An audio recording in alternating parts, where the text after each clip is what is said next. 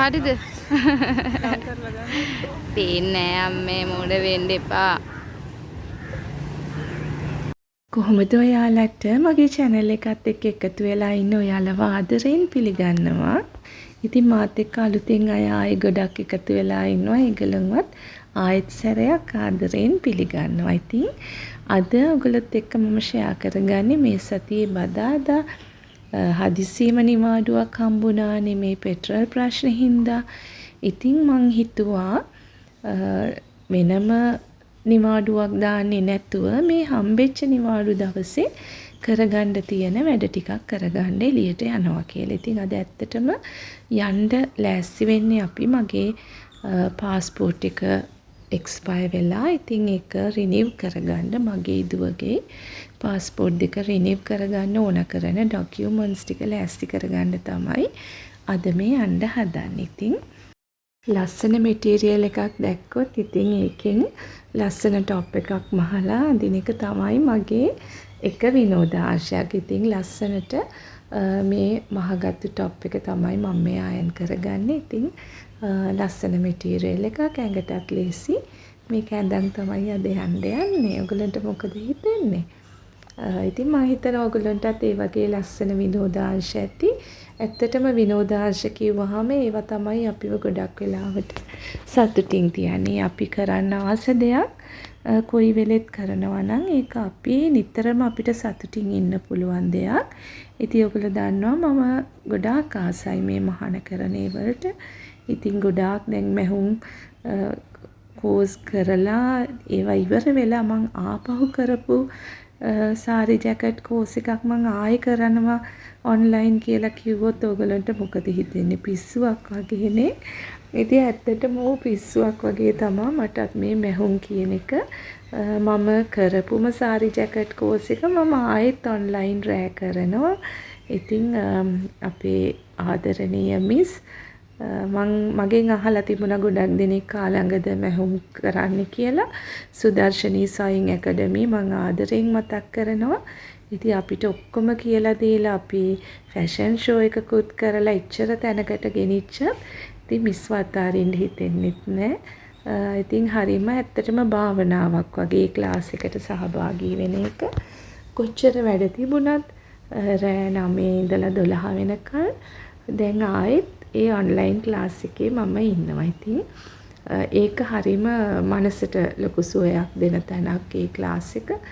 ඉතින් ඕන කෙනෙක්ට මහන් ඉගෙන ගන්න හරිම දැනුම ඕන කෙනෙක්ට ඉතින් මිස්ගේ ක්ලාස් එකකට ජොයින් වෙන්න වගකීමෙන් කියන්නේ.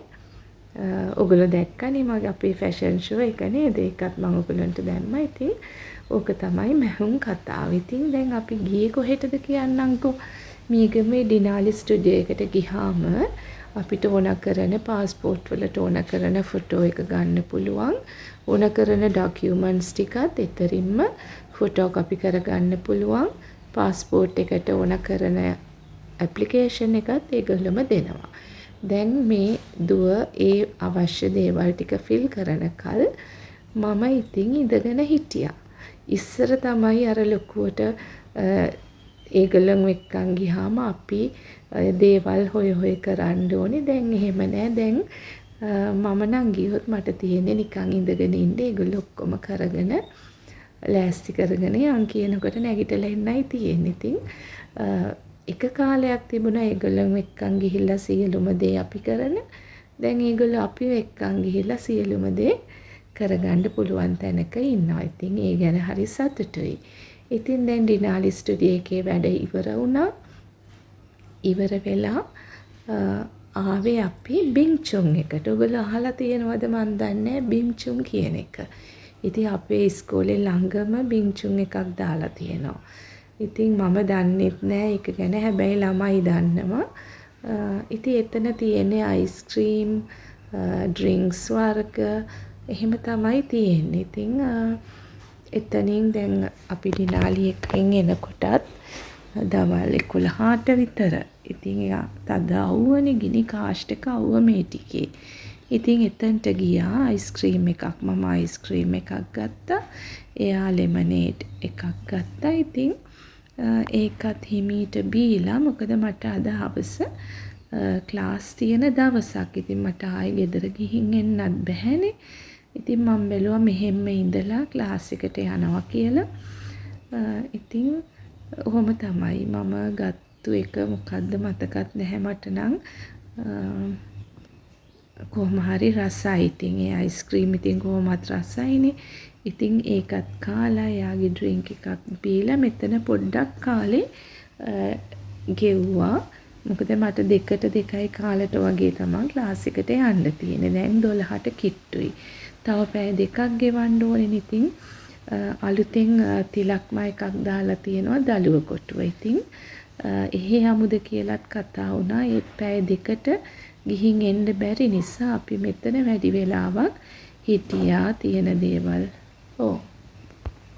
ඉතින් ඒ අතර මම ඔයාලට කියන්නම් පාස්පෝර්ට් එකක් ගන්න ඔයගොල්ලෝ යන්න ඉන්නව නම් මොනවද උහුණ කරන ඩොකියුමන්ට්ස්. එතකොට අපි ෆොටෝ එක ගන්න ඕනේ. ඊට පස්සේ අපේ ඔරිජිනල්ස් තියෙන්න ඕනේ. බර්ත් සර්ටිෆිකේට් එක. බර්ත් සර්ටිෆිකේට් එකේ ඔරිජිනල් එක කියන්නේ අර දම්පාට සීල් එක ගහලා අස්සම් කරපු එකක් තමයි තියෙන්න ඕනේ. ඊළඟට මැරේජ් සර්ටිෆිකේට් එක ඕනේ. ඒකෙත් කොපි එකයි ඔරිජිනල් එකයි දෙකම ඕනේ. කොහේ හරි ආයතනයක වැඩ කරනවා නම් එතන වැඩ කරනවා කියන සහතික කරපු ලියුමක් ඕනේ. ඒක ඕන වෙන්නේ පාස්පෝර්ට් එකේ දානවනේ අපේ ජොබ් එක. දැන් මගේ නම් ටීචර් කියන එක දාන්න ඕනේ. එතකොට ඒක දාන එක වටිනවනේ. අපි කොහෙට හරි ගියත් අපේ පාස්පෝර්ට් එක ගත්තාම අපි ගැන අනන්‍යතාවය එකකින් හොඳට පැහැදිලි වෙනවනේ. නිසා ඒ ලෙටර් එක ඕන වෙනවා. ඉතින් ඔය ලෙටර්ස් ටික තමයි ඕන වෙන්නේ. ඉතින් ඕගොල්ලන්ට මම දැන් යන්න ඉන්නේ සිකුරාදා. සිකුරාදා නම් නිවාඩුවක් දාන්න වෙනවා. දාලා තමයි පාස්පෝර්ට් ඔෆිස් යන්න ඉන්නේ. මම එතකොට කියන්නම් එතනදී මොකද්ද වෙන විස්තරේ කියලා. ඉතින් දැන් අපි දෙන්න බින්චුන් එකේ අරවා කාලා බීලා දැන් ආයේ 12 මාරට එකට විතර දුවට කියනවා බඩගිනි. දැන් එයා මෙහෙම්ම ජිම් එකට යන්න තමයි බලාගෙන බඩුත් අරගෙන ආවේ. ඉතින් මීගමේ ග්ලැමර් ගේට් කියලා අලුතෙන් ෂොප් එකක් දාලා තියෙනවනේ. ඉතින් රෙදි කඩයක්. ඒක ගාවම බර්ගර් බන්ස් ෂොප් එකක් තියෙනවා. එයා කිව්වේ දුව කිව්වේ ඒක දැන් අලුතෙන් දාපු නිසා ඒගොල්ලෝ හොඳට රසට හදලා දෙයි. අපි එතන try කරමු කියලා. ඉතින් මෙයා ගොඩාක් එයාගේ ඇඟ ගැන හිතනවා. ජිම් ගිහිල්ලා හොඳ ලස්සනට දැන් ඇඟ හදාගෙන තියෙන්නේ. නමුත් එයා කියන්නේ මොනවා හරි කණ්ඩ ආස නම් අපි ඒක කන්නේ නැතුව නිකන් එහෙම ඉන්න ඕනේ නෑ. ඒක කණ්ඩ කාලා අනිත් දේවල් සීනි පිටි අඩු කරන්න පුළුවන් තරම් එහෙම කියලා තමයි කියන්නේ. අර කණ්ඩ ආස දේ නොකා ඉන්න ගියාම අපිට අර එක දිගට අපි කරන වර්ක්අවුට්ස් හරි කරන එක්සර්සයිස් හරි ඒවා එපා වෙනවනේ. නමුත් අපි කණ්ඩ ඕන දෙයක් තිබුණොත් කනවා. ඉතින් එහෙම කියලා ඔන්න දැන් අපි දෙන්න ඔය ටිකත් අරගෙන කෑවා. දැන් මගේ ක්ලාස් එකට වෙලාව වෙනකලුත් තමයි අපි මේ දැන් කාලේ එක එක තැන්වල මේ ගත කරන්නේ. ඉතින් දැන් ওই ටිකත් කාලා ඊට පස්සේ ක්ලාස් එකටත් ගියා. අද බදාදා දවසේ කියන්නේ ඔපිනියනක මේ කාමච්චෝඩේ පොළ. ඉතින් පහමාරට මගේ ක්ලාස් එක ඉවරනේ.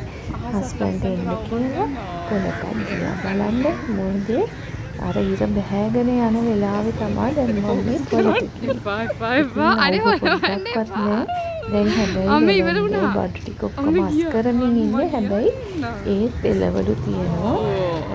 දැන් දවල්ට ගියාම ඔයගොල්ලෝ සීයයි එක ගොඩක් සීයයි එහෙම කියලා.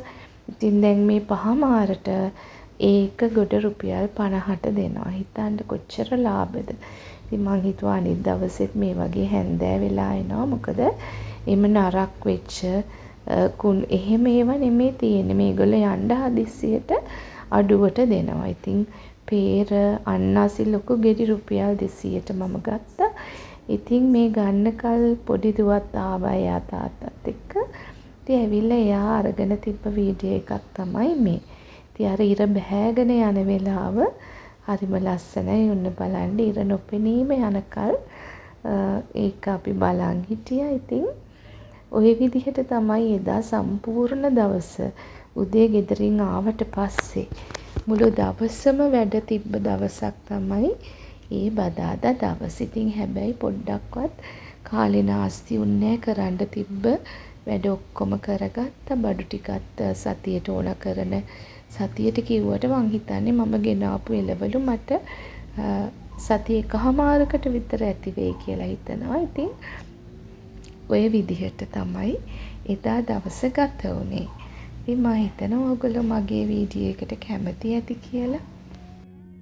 ඉතින් අපි ගෙදර එනකොට මේ වගේ රෑ වෙලා. ඉතින් ඔය එන අතර හිටිය බැලුන් වෙලෙන්දෙක්. ඔයාලට කියන්න ඉස්සර ඔය මංගල්‍ය පොළවල් වලට පල්ලියේ එහෙම ගිහාම ඉතින් මේගොල්ලෝ පොඩි කාලේ මට මතකයි එක එක දේවල් ඉල්ලලා අරන් දෙන්න කියලා එහාට අදිනවා මෙහාට අදිනවා. ඉතින් ඒ ඉල්ලන හැමදේම අරන් දෙන්නේ නැහැනේ මොනවා හරි බොරුවක් කියලා ආයේ හෙට එනවනේ එතකොට බලමු එහෙම කියලා යනවා. ඉතින් ඒ වුණාට මට හිතුනේ ඒක කොච්චර වැරදිද කියලා. අද මෙන්න මේ බැලුම් අරගෙන හිටිය සීයා. ඉතින් ලස්සන බැලුම්. ඉතින් පොඩි දුවත් අපිත් එක්ක හිටියානේ. ඉතින් එයා කියනවා අනේ මට ආසයි බැලුන් එකකට මටත් අරන් දෙන්නලු. ඉතින් මං කිව්වේ එයාට නෙමෙයි මටත් පුදුම ආසාවක් හිතුනේ මේ බැලුන් එක දැක්කහම.